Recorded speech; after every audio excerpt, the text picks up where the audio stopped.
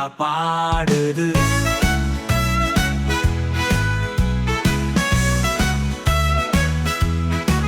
Penguin குட்டி சிரிக்குது, கை தட்டி குதிக்குது. பெங்குயின் குட்டி பாடுது, அது கூவுது. பெங்குயின் எல்லாம் வரிசையில் பனி மேலாடுது. பெங்குயின் குட்டி குடும்பம் சேர்ந்து குச்சியா